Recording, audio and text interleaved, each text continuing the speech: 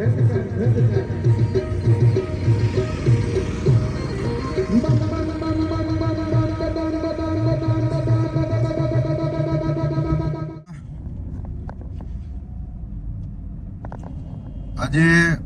હું જઈ રહ્યો છું પૂજ્ય ગુરુ શ્રી મોહન પારથી બાપુના આશ્રમ. જોકે એમને સમાધિ લીધેલી છે. કહેવાય છે કે એક ત્રેતા યુગમાં માતા સીતાને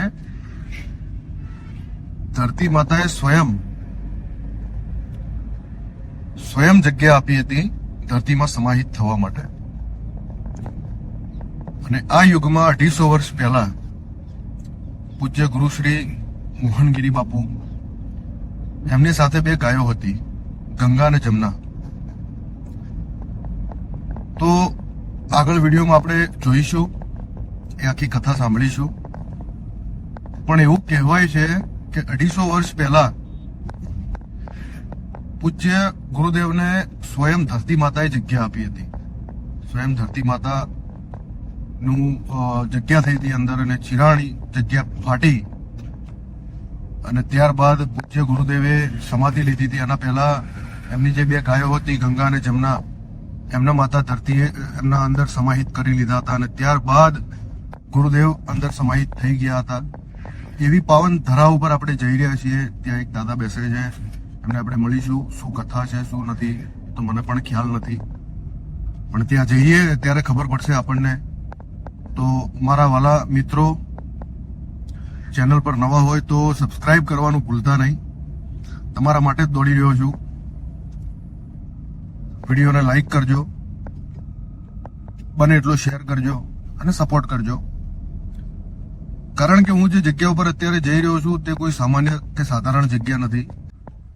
ત્યાં આગળ ભૂખ્યાને ભોજન થાય છે, એ લોકોને જમાડે છે.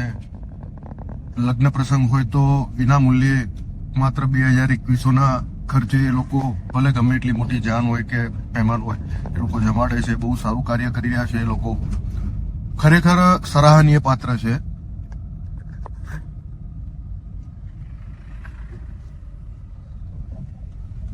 તો તમે પણ વિડીયોના અંત સુધી બની રહેજો, કારણ કે ખૂબ જ સરસ જગ્યા છે.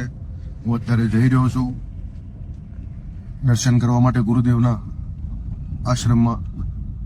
આગળ દર્શન કરાવીશું તમને. તો સબસ્ક્રાઇબ કરવાનું ભૂલતા નહીં અને વિડીયોને લાઈક કરવાનું પણ બિલકુલ ભૂલતા નહીં તમે. આભાર.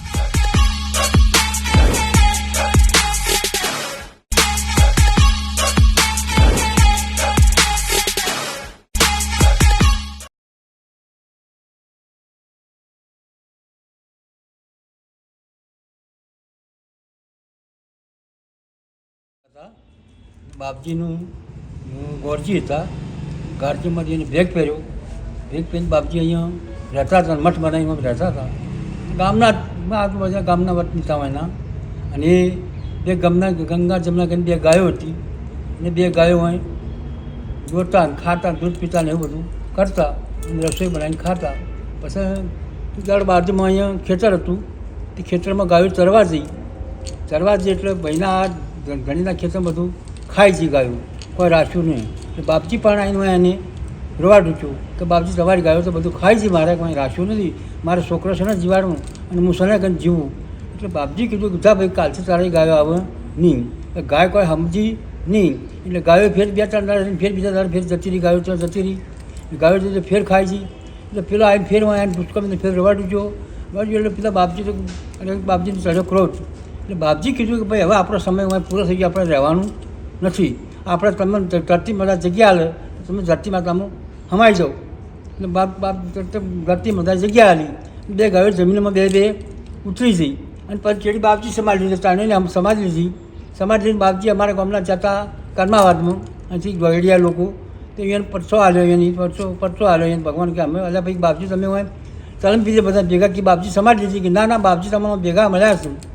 પછી એ વાત એટલે બાપજી પરસો આવ્યો. પછી મન ડાબુ છે તો મન ડાબુ એને પરસો આવ્યો ભગવાન ગુરુ મહારાજ. આટલી કહાની છે ગુરુ મહારાજના મંદિરની. અને પછી એના ચડી અમારા બધા લોકોને બધો અહીંયા આટલી ન્યાળ હતી, ન્યાળમાં દીવો કરવા આવતા હતા. પછી મેં આના બધું જીર્ણોદ્ધાર કરવા માટે મેં થોડું સાહસ કર્યું, સાહસ ઉપાડ્યું. સાહસ ઉપાડીને અમારે ભાઈ મગજીભાઈ હતા, એ મગજીભાઈને કીધું ભાઈ તમે આવો થોડું આપણે બે એવું જગ્યા માટે કરીએ અને આપણે લોકો આવે એવું કરીએ. એટલે ભાઈ એને કીધું ભાઈ હા તારે હેડો હું આવું. ભાઈ આવ્યા એટલે ભાઈને અમે બધું જોયું. એટલે ભાઈને કીધું ભાઈ હીરાભાઈ કરો તો વગર કરો. મેં કીધું કરવું નથી. તો મેં કીધું તમે જેમ કહો એમ હું તૈયાર છું. પછી હું મુંબઈથી થોડો ઘણો ફાળો લાવ્યો. મુંબઈથી ફાળો લાવીને થોડો ઓટલો બનાવ્યો. ઓટલો બનાવીને થોડું બેહેવ કર્યું. પછી અમારે એક બીજા ભાઈ આવ્યા એટલે બીજા ભાઈ કીધું ભાઈ આપણે થોડી મંદિર પર ઓટલો બનાવીએ અને આપણે મોટી જગ્યા બનાવીએ તો આપણે લોકો આવે અને આપણે બેસીએ એવું કરીએ. એટલે અમે મોટો વિશાળ 40x40 ઓટલો બનાવ્યો. પણ 40x ઉપર ટુકડી નથી, પથ્થર આરસ પથ્થર નખ્યા. નહીં પછી લોકો અત્યારે દર ગુરુવારે આખો દાડી મેળો જ રહેશે. લગભગ અત્યારે લોકો કેટલાય લોકો આવે દર્શન કરવા આવે, દૂર દૂરથી આવે છે. ઘણા છેટા દ્વારકાથી આવે છે, અમીરગઢથી આવે છે, ખેરાલુથી આવે છે. ઘણા લોકો દૂર દૂરથી ઘણા લોકો દર્શન કરવા આવે ગુરુવારના દાડે. આખો દાડી ગુરુવારના દાડે આખો દાડી ચા ચાલુ હોય છે, રહોડીઓ ચાલુ છે. રહોડ કોઈને પ્રસાદ બનાવવો હોય તો રહોડ ચાલુ છે. બધી વ્યવસ્થા અહીંયા, પાણી વ્યવસ્થા સફૂલ બધી સગવડ મળે છે અહીંયા. અને યાત્રાળુઓ આવે છે તો રાત આવો રસ ખાવા પીવાની સગવડ મળે છે. ખાવાનું લાવો ભલે નખવાનું જમવાનું બનાવીએ છીએ અને ખવડાવીએ છીએ. સરસ. આ કહાણી છે અમારી. સરસ. મારું નામ હીરાભાઈ. આ ગુરુ મહારાજની સમાધિ છે. ગુરુ મહારાજનું નામ શું છે? ગુરુ મોહન ભારતી મહારાજ. ગુરુ મોહન ભારતી મહારાજ. અને આ સમાધિ કેટલા વર્ષ જૂની હશે? ઘણી 200, 250, 200 વર્ષ. 250 વર્ષથી છે આ સમાધિ એમ? 200 વર્ષ. તમે અહીંના વતની? હું અહીંના વતની લાલાવાડાના ચૌધરી પટેલ છું. ચૌધરી છો. પછી હું પગમાની બેસી ગયો હતો હાફેથી, ગાડી નહોતો કરતો બિલકુલ. પછી મહારાજની હું સેવા પૂજા કરવા આવતો, દીવો કરવા આવતો ખાલી. બરાબર. અને પછી હું હેડી ન કહેતો એટલે પછી મારા છોકરાને પછી ગુરુ મહારાજ મને સાક્ષાત હેડતો કર્યો. બિલકુલ નહોતા. અચ્છા. ઓપરેશન કર્યું એના ચડી મને ગુરુ મહારાજ હેડતો કર્યો બિલકુલ. અચ્છા. હેડતો કરીને હાલ કમ્પ્લીટ સેવા, હાલ પૂજા, આરતી બધું હું કરું છું હાલ કાયમ. સરસ. બધી ટાઈમ દીવા વારતી. આવો પરચો આપ્યો તમને બાપુએ? આવો પરચો આપ્યો તમને ગુરુ મહારાજે? હા, પરચો આપ્યો ત્યારે હું હેડતો જ છું. સરસ. ગામના શમશેરપુરના ગામના વતની હતા હમ. અને એઓને બૈરાને ગોઠ નીકળી છે અહીંયા. બરાબર. ગોઠ નીકળી એટલે ભાઈ અમદાવાદ ત્યાંથી રિપોર્ટ કરાયો તો તારીખ ડૉક્ટરે 2 મહિનાની તારીખ આલી કે 2 મહિના તમે આવજો. તો કોઈને ભાઈને કીધું કે ભાઈ તમે આ મંદિરમાં ગુરુવારે 5 ગુરુવાર ભરો તો તમને ગોઠ તમારી મટી જાય. 2 અને 3જા ગુરુવાર તો આખી ગોઠ જતી રહી, નેલ થઈ જાય, કોઈ ગોઠ જોવા મળી નહીં. સરસ. પછી દવાખાને જઈને ડૉક્ટર પાસે એને રિપોર્ટ કરાયો, રિપોર્ટ નહીં લાવ્યો. એટલે ડૉક્ટર કે પછી તમે શું કર્યું કે આ બધી ગોઠ કેવી રીતે નીકળી છે? એટલે કે ગુરુ મહારાજના પ્રતાપથી અમારી ગોઠ નીકળી છે, ગોઠમાં કોઈ છે નહીં.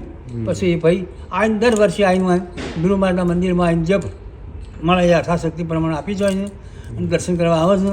એવા તો ઘણા પડતા આવ્યા છે ભગવાન.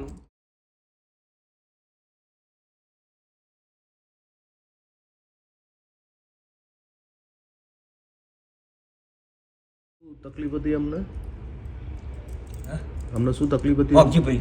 મોગજીભાઈ. હા, અને શું તકલીફ હતી તમને? મારે તો ભાઈ ઘણી બધી તકલીફો હતી પણ ગુરુ મહારાજે બધી ટાળી દીધી. સરસ. એટલે શું મારો તકલીફ? પગ કપાયેલો છે. હા.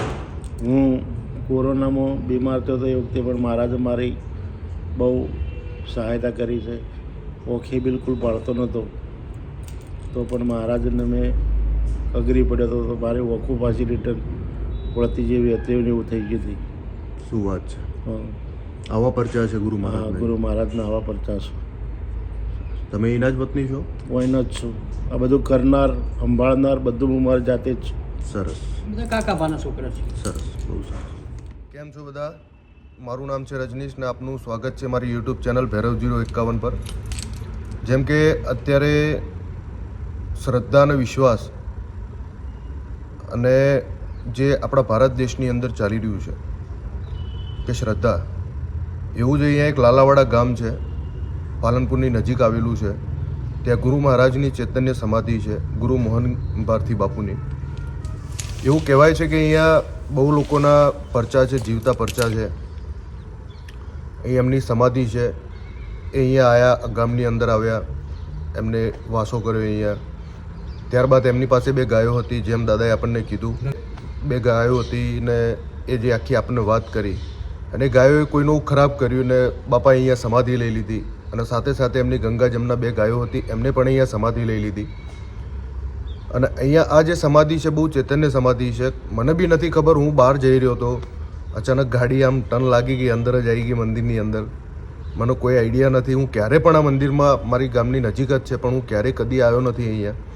આજે ખબર નહીં શું ગુરુ મહારાજનો આદેશ હશે કે શું હશે, મને નથી ખબર. હું અહીંયા આવ્યો, દાદાને મળ્યો, આખી હિસ્ટ્રી જાણી આપણે. સાધુ સંતોની ભૂમિ કહેવાય છે આપણું ભારત દેશ, જે આ સાધુ સંતોની પૂજા થાય છે. અને આવા સાધુ સંતો આપણને રેર કેસમાં જ મળે છે, કે જે કાં તો જીવિત હોય ને આપણને ના મળે, કાં તો એમની સમાધિ હોય ને આપણને મળે, એમના જીવંત પરચા પણ આપણને મળે છે. અહીંયા ઘણા લોકોના કામ થયા છે. તમે પણ આવો, અહીંયા આ મંદિર છે, બહુ સરસ જગ્યા છે. લાલાવાડા ગામ છે, લાલાવાડા ગામની બાજુમાં જ છે.